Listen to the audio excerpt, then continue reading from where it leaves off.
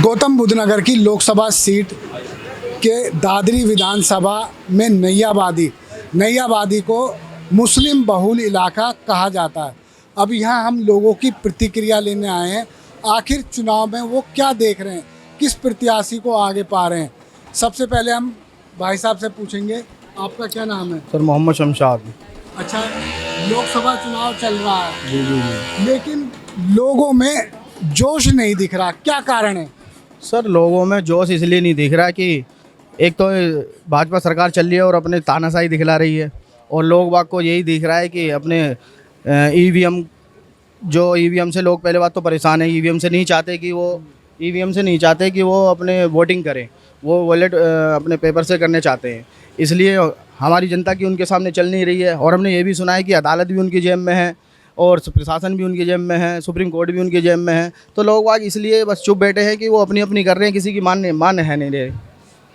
तो गौतम बुद्ध नगर लोकसभा सीट की मैं बात करूं तो किस ओर रुझान ज़्यादा लग रहा कि कहाँ आदमी जा रहा है? सर पहली बात तो मैं अपनी सोच के हिसाब से मैं ये बताता हूँ आपको कि सर एक मीडियम क्लास आदमी को क्या चाहिए? एक शिक्षा फ्री चाहिए और एक स्वास्थ्य फ्री चाहिए। 10,000 रुपये की सैलरी में वो अपना जीवन व्यतीत कर लेगा अगर ये दो चीज़ ये फ्री हो गई। लेकिन हम मूर्ख जनता भी होते हैं कि सही से नहीं चुनते। लेकिन मुझे दिल्ली के जो केजरीवाल अरविंद जी हैं वो अच्छे लगते हैं, चाहे वो कैसे भी हो किसी की नज़र में। उन्होंने शिक्षा और स्वास्थ्य जो भी है फ्री कर रखा है उन्होंने। केजरीवाल तो बंद है। नहीं, वो तानाशाही चल रही है ना, वो तो यार इतिहास उन्होंने रच दिया कि कोई एक सीएम बंद करवा दिया उन्होंने अंदर, ये तो इतिहास रच दिया उन्होंने। आम आदमी पार्टी लगातार लड़ रही है तो जनता लेकिन नहीं जा रही उनके साथ। सर मेरे हिसाब से तो मैं तो वोटिंग करूंगा, अगर मैं केजरीवाल को वोटिंग करूंगा मैं तो मेरी राय है, क्योंकि मुझे वो सीएम इसलिए अच्छा लगता है क्योंकि एक गरीब आदमी मिडिल क्लास को एक शिक्षा फ्री चाहिए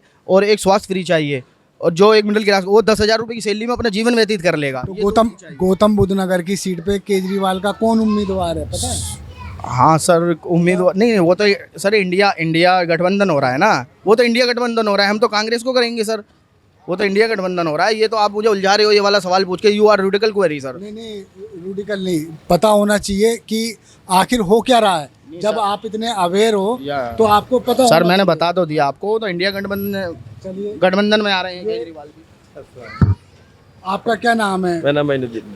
अब बताएं आप गौतम बुद्ध नगर लोकसभा सीट पर किस तरह से वोटिंग होने जा रही है, क्या आप देख रहे हैं? कोई रुझान सा आपके पिछले चुनाव से आपके कुछ रुझान कम लग रहा है, पता नहीं क्यों ऐसा है। लोगों में जोश ही नहीं दिख रहा है। हाँ मैं भी यही नोट कर रहा हूँ। तो ऐसा क्यों? इसमें जो है चुनाव आयोग की जो भी है बहुत सारी शक्तियाँ भी हैं, बहुत सारे प्रचार भी नहीं हो पा रहा है, अंदरूनी चुनाव हो रहा, बढ़िया हो रहा, कोई ऐसी बात नहीं है इसमें। तो ये जैसे नैयाबादी इलाका है, मुस्लिम बहुल इलाका बोला जाता है, तो यहाँ किस ओर जा रहे हैं ज़्यादातर मतलब? आपके 10 मेरे मानना ये है, जो मेरी समझ है, आपके 10% के लगभग लोग भाजपा को जा रहे हैं, जो मैं अपना आकलन देख रहा हूँ। ये प्लस पॉइंट है भाजपा के लिए।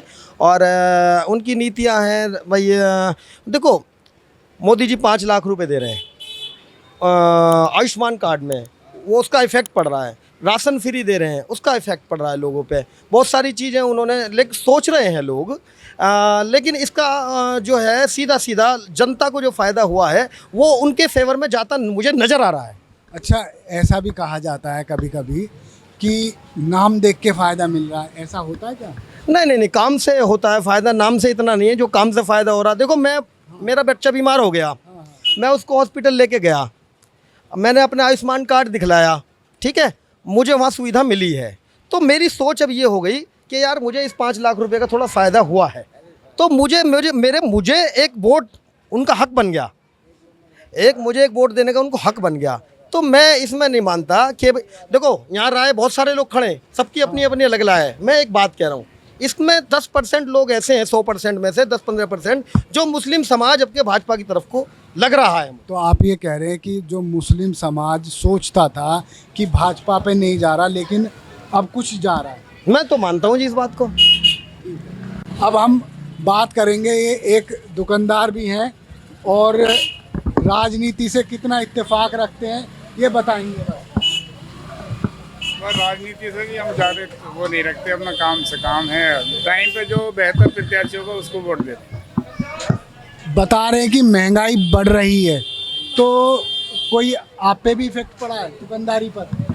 हाँ, जो सामान दुगना बिकता था वो आधा बिकता है, बस यही है। कितनी ऐसा कह रहे हैं कि जो दुकानदार है उनका प्रॉफिट तो बढ़ा है क्या? नहीं, इतना नहीं बढ़ा। वो जब जो 2000 1000 का सौदा आता था वो 2000 का आ रहा है, तो उसमें मार्जिन तो परसेंटेज कम हो जाएगी।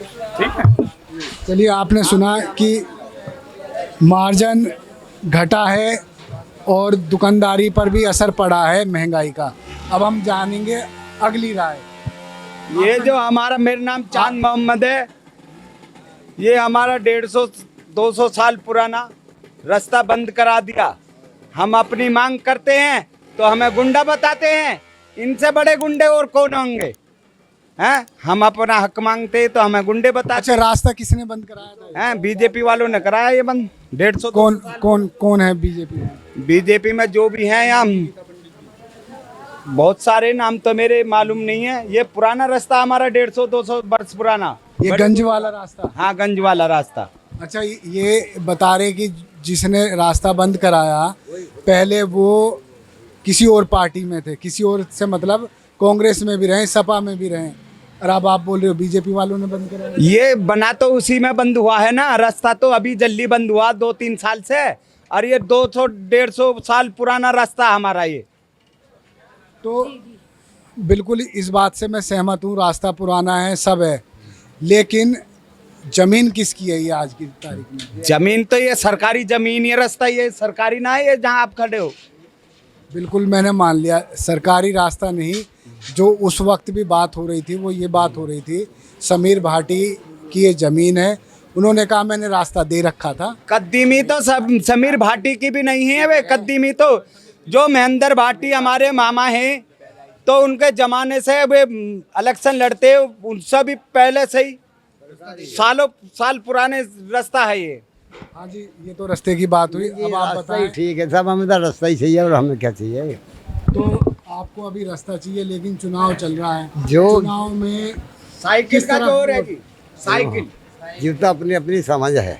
हाँ जो हमारे भाई साहब ने कही ना 5-5 लाख रुपए की, हाँ, कोई ऐसा 10 पैसा नहीं दिया, हमारी आंख बनी है, 1 रुपया नहीं गया हमारा। अच्छा बहुत बढ़िया आंख बनी, बेहतरीन। अच्छा, मतलब आपने आंखें बनवाई आयुष्मान कार्ड से, तो आपने कोई पेमेंट नहीं करी अस्पताल? एक नया पैसा नहीं दिया, 4 दिन खाना खाया और बीड़ी सिगरेट भी पिया आराम से। बताओ, इससे अच्छी बात क्या? तो अब यानी ये है कि धीरे धीरे आदमी उस ओर जा रहा है जहाँ से उसे बेनिफिट मिल रहा है। जिसे फायदा होगा वो अपनी सी कहेगा। चलिए, हाँ, बहुत बहुत शुक्रिया आप सब लोगों का। इज्जत हमारी ये रास्ता खुल जाए और भी बढ़िया बात है कि आप लोग भी निकल जाएंगे। चलिए, रास्ते की भी बात होगी। बहुत बहुत शुक्रिया दादरी के लोगों का, उन्होंने बेबाकी से अपनी राय रखी। कोई सपा के साथ दिखा तो कोई भाजपा के साथ दिखा। धन्यवाद।